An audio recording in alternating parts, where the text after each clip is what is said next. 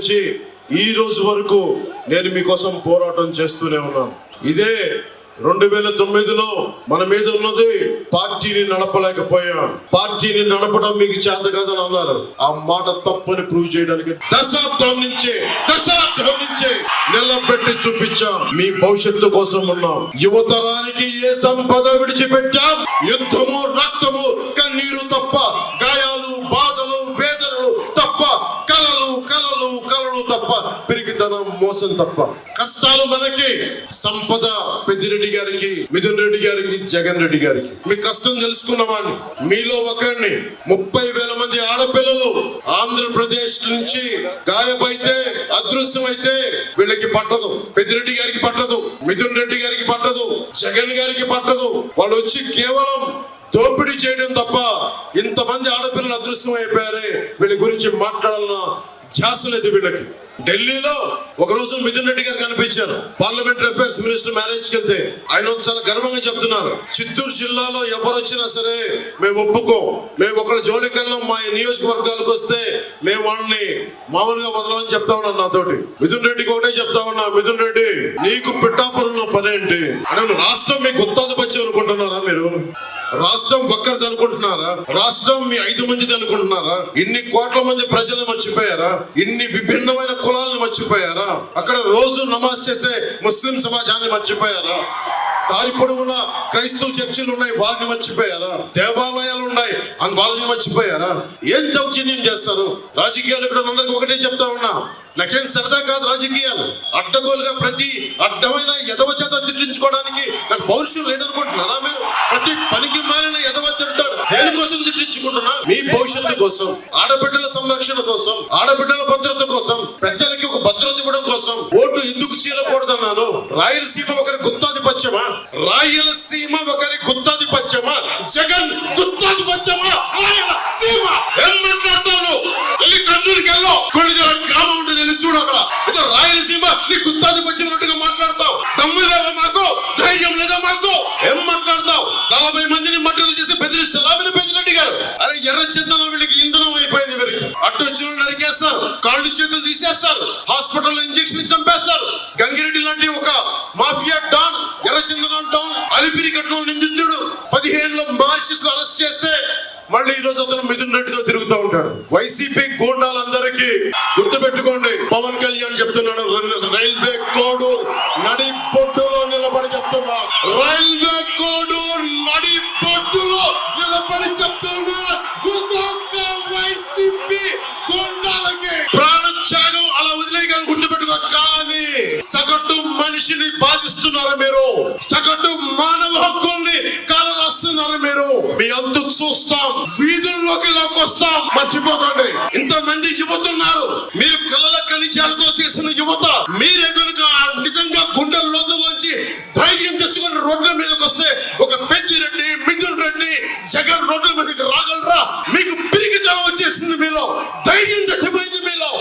నేను వచ్చినప్పుడు రోడ్ల మీదకి రావడం కాదు, తప్పు జరిగినప్పుడు రోడ్ల మీదకి వచ్చి బయటికి నిలబడాలి. ధైర్యం లేని సమాజం కుళ్ళిపోద్ది, చచ్చిపోద్ది. రాయలసీమ ఇది, రాయులేలిన సీమ ఇది. ఆ సీమ నుంచి వచ్చి మీరు భయపడతారంటే ఎట్లా? మీరు భయపడతారంటే ఎట్లా? భయపడకండి, నేనున్నా, మీకు అండగా ఉంటా. మీకు ధైర్యం లేకపోతే మార్పు రాదు. ఒకవైపు కిరణ్ కుమార్ రెడ్డి గారు ఉమ్మడి రాష్ట్రానికి ముఖ్యమంత్రిగా చేశారు, ఇంకొక వైపు ఆంధ్రప్రదేశ్ రాష్ట్రానికి, ఉమ్మడి ఆంధ్రప్రదేశ్ రాష్ట్రానికి ముఖ్యమంత్రిగా చేసిన వ్యక్తి. ఒకరు 14 సంవత్సరాలు, ఒకరు 3.5 సంవత్సరాలు ముఖ్యమంత్రులుగా చేసిన వ్యక్తులు. అలాంటిది 5 సంవత్సరాలు వచ్చిన వ్యక్తి, తండ్రి చచ్చిపోతే 2వ రోజు ముఖ్యమంత్రి కావాలని కలలుగన్న వ్యక్తి. ఆ వ్యక్తికి భయపడతారా మీరు? జగన్ లో బ్లూ కలర్ రక్తం ఉంటుందా? జగన్ 6 అడుగులు 8 అడుగులు ఉండి అంటే ఏం దెబ్బ పడదా జగన్ కి? ఎందుకు భయపడుతున్నారు మీరు? రాయలసీమ మీరు నేల అన్నం తింటున్నారు కదా, మీరు కూడా జొన్న కూడు తింటం లేదా? రాగి సంకటి తింటం లేదా? పౌరుషం రాదా మీకు? ఇంతేనా మీ పౌరుషం? పెద్దిరెడ్డికి భయపడతారా మీరు? మిథున్ రెడ్డికి భయపడతారా మీరు? పెద్దిరెడ్డి తమ్ముడికి భయపడతారా మీరు? గంగిరెడ్డికి భయపడతారా మీరు? అరే దమ్ము ధైర్యం ఏమైపోయింది రాయలసీమకి? అరే మీరు ఒకటే చేయండి, గొడవలు పెట్టుకోకర్లా, కత్తులు దియక్కర్లా, కర్రలు దియక్కర్లా, వచ్చే వస్తే మనకి ఎన్నికలు వస్తున్నాయి. ఈ ఎన్నికల రోజున కమలం గుర్తుకి రాజంపేట ఎంపీ పార్లమెంట్ అభ్యర్థిగా కిరణ్ కుమార్ రెడ్డికి గుర్తేసేయండి.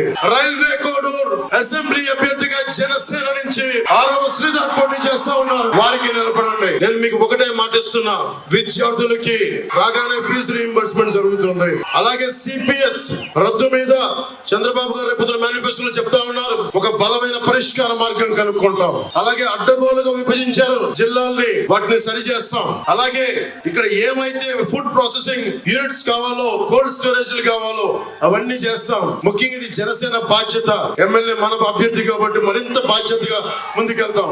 అన్నిటికంటే కూడా ఇక్కడ ఉపాధి అవకాశాలు పెట్టుకొని, మీకు తెలుసు కిరణ్ కుమార్ రెడ్డి గారు ఎంత అద్భుతంగా చేశారో చిత్తూరు జిల్లాని. ఆయన ముఖ్యమంత్రి హయాంలో ఒకప్పుడు ఒక 40 లక్షలు 50 లక్షలు ఎకరం ఈ రోజు 12 కోట్ల రూపాయలకి వెళ్ళిపోయింది ఆయన పుణ్యమాని. అలాంటి చోట్ల పరిశ్రమలు రాలా, ఉపాధి అవకాశాలు రాలా, ఎక్కడికి పారిపోతాం? మాలాంటి వాళ్ళందరం వచ్చి రాజకీయ దురంధరులు చంద్రబాబు గారు ఎన్నో దెబ్బలు తిన్న వ్యక్తి, ఆటుపోట్లు ఎదుర్కొన్న వ్యక్తి. అలాగే ఆయన నిజంగా ఆయన అనుభవం రాష్ట్రానికి అవసరం. అందరం కలిసి వచ్చాం, ఈగోలు తగ్గించుకున్నాం, సైజులు తగ్గించుకున్నాం. ఎక్కడ నెగ్గాలో కాదు, ఎక్కడ తగ్గాలో తెలిసిన వాళ్ళు. జగన్ ఒకటే మాట్లాడతాడు, అద్భుతం చేశామని. 70,000 మంది పోలీసులు ఈ రోజుకి టీఏలు సరెండర్ లీవ్స్ డబ్బులు ఇవ్వలేదు. నా పోలీస్ కుటుంబానికి కూడా చెప్తున్నాం, కూటమి తరపు నుంచి మీకు మాటిస్తున్నాం, మీకు ప్రతిరోజు వారాంతపు సెలవులు రావాలి. అవసరమైతే పోలీస్ ఉద్యోగాలు పెంచాలి. ముఖ్యంగా మీకు 1వ తారీఖుల్లో జీతం రావాలి. నేను చిన్నప్పుడు మా నాన్న ప్రభుత్వ ఉద్యోగిని కాబట్టి టీఏలు ఎంత కీలకమైన నాకు తెలుసు. మీ టీఏల్ని జాగ్రత్తగా మీకు అందించే బాధ్యత కూటమి ప్రభుత్వం తీసుకుంటుంది. ధైర్యం చచ్చిపోయింది ఈ సమాజంలో. ఇంతమంది ఆడపడుచులు ఉన్నారు, మీరే ధైర్యం నింపాలి. యువతకి ధైర్యం మీరే నింపాలి. వీరతలకం దిద్దాలి. ఒక్కొక్కరికి అన్యాయాలపైన అక్రమాలపైన నేను ఎదురుండి నిలబడాలని చెప్పి మీరే వీరతిలకం దిద్ది ఈ రాష్ట్రానికి, రాయలసీమకి మీరే ధైర్యం నింపాలి. నేను మీకు మాటిస్తున్నా, మేము దెబ్బలు తినడానికి సిద్ధంగా ఉన్నాం, గాయాలు తినడానికి సిద్ధంగా ఉన్నాం. నేనైతే ప్రాణాలు వదలడానికి కూడా సిద్ధంగా ఉన్నాను. ఒకటే నాకు పిరికితనంతో ఉన్న సమాజం చిరాకు. నాకు ధైర్యంగా ఉంటేనే మార్పు వస్తుంది. ధైర్యం ఉన్న చోటే లక్ష్మి ఉంటుంది, ధైర్యం ఉన్న చోటే సంపద ఉంటుంది, ధైర్యం ఉన్న చోటే అభివృద్ధి ఉంటుంది. మీరు భయపడిపోయి ఒక పెద్దిరెడ్డికి, ఒక మిథున్ రెడ్డికి, ఒక జగన్ రెడ్డి గారికి భయపడితే అస్సలు భయపడాల్సిన అవసరం లేదు. ఈ దేశం మనుషులు, ఈ దేశం మీరు సమగ్ర సంకల్పం, యువత ఈ దేశపు సమగ్ర సంకల్పం, కలల ఖనిజాలతో చేసిన యువత.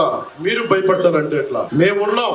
బూతులు తిట్టే అసెంబ్లీ కాదు, గౌరవప్రదమైన అసెంబ్లీ. మన రైల్వే కొడూరు సమస్యలు గాని, బ్రిడ్జి సమస్యలు గాని, రోడ్ల సమస్యలు గాని, సాగునీటి తాగునీటి సమస్యలు గాని అన్నిటినీ బాగు చేస్తాం, అన్నిటికీ నిలబడతాం.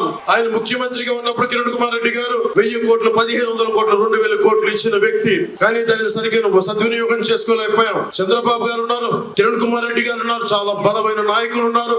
కేంద్రంలో మోదీ గారు ఉన్నారు. మేమందరం కలిసి ఒకటే నిర్ణయించుకుంటాం, మీకోసం సేవకుల్లా పనిచేస్తాం. మేము మీ బాధ్యతని మా భుజాలపైన పెట్టుకొని మా ఒళ్ళు ఉంగిపోయినా, మా వెన్నెముక విరిగిపోయినా మీకోసం పనిచేస్తాం. ధైర్యంగా ఉండండి, మేమున్నాం. మార్పు తథ్యం. విజయనగరంకి వెళ్ళాం, శ్రీకాకుళంకి వెళ్ళాం, తిరుపతికి వెళ్ళాం. మొత్తం మారుమూల ఆంధ్రప్రదేశ్ లో ఎక్కడికి వెళ్ళినా ఒకటే సంకేతం, మార్పు జరుగుతోంది, ప్రభుత్వం వస్తోంది, కూటమి ప్రభుత్వం వస్తోంది.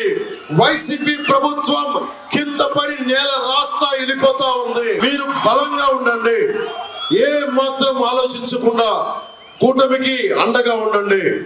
ఎలాగో ప్రభుత్వం వస్తుంది, దాంట్లో అది తథ్యం. కానీ ఈరోజు మేము మిమ్మల్ని అడుగుతుంది, భారీ మెజారిటీలు కావాలి. వైసీపీకి భవిష్యత్తులో ఎన్నికలంటే భయపడాలి. డబ్బుకు లొంగని కొత్త తరం ఇది, డబ్బుకు లొంగని మహిళా లోకం ఇది, డబ్బుకు లొంగని సరికొత్త నవతరం ఇది. అది మీరు చేసి చూపిస్తే తప్ప. నేను బయటకు వచ్చాను, చంద్రబాబు గారు బయటకు వచ్చారు, కిరణ్ కుమార్ రెడ్డి గారు వద్దనుకుంటే శుభ్రంగా ఇంట్లో ఉండిపోవచ్చు, హాయిగా రెస్ట్ తీసుకోవచ్చు. కాదని చెప్పి ఈ రోజున వచ్చారు. ఎందుకంటే మన నదులకి సరైన ఇది అనుసంధానం కావాలి, నదులు పంపకం సక్రమంగా ఉండాలి. ఇలాంటి సదుద్దేశాలతోటి ఈరోజు కిరణ్ కుమార్ రెడ్డి గారు వచ్చారు. మేమందరం మీకు అండగా ఉంటాం అని మనస్ఫూర్తిగా తెలియజేసుకుంటూ, కిరణ్ కుమార్ రెడ్డి గారిని కమలం గుర్తు మీద భారతీయ జనతా పార్టీకి తరపున పోటీ చేస్తారు అఖండ మెజారిటీ తోటి రాజంపేట పార్లమెంట్ అభ్యర్థిగా గెలిపించండి. అలాగే ఆరవ శ్రీధర్ని మనకి జనసేన అభ్యర్థిగా గ్లాస్ గుర్తు మీద గెలిపించాలని మనస్ఫూర్తిగా కోరుకుంటూ, వైసీపీ అవినీతి కోటని, గూండాల కోటని బద్దల కోట మనం ప్రభుత్వంలోకి వస్తున్నామని తెలియజేసుకుంటూ జై హింద్.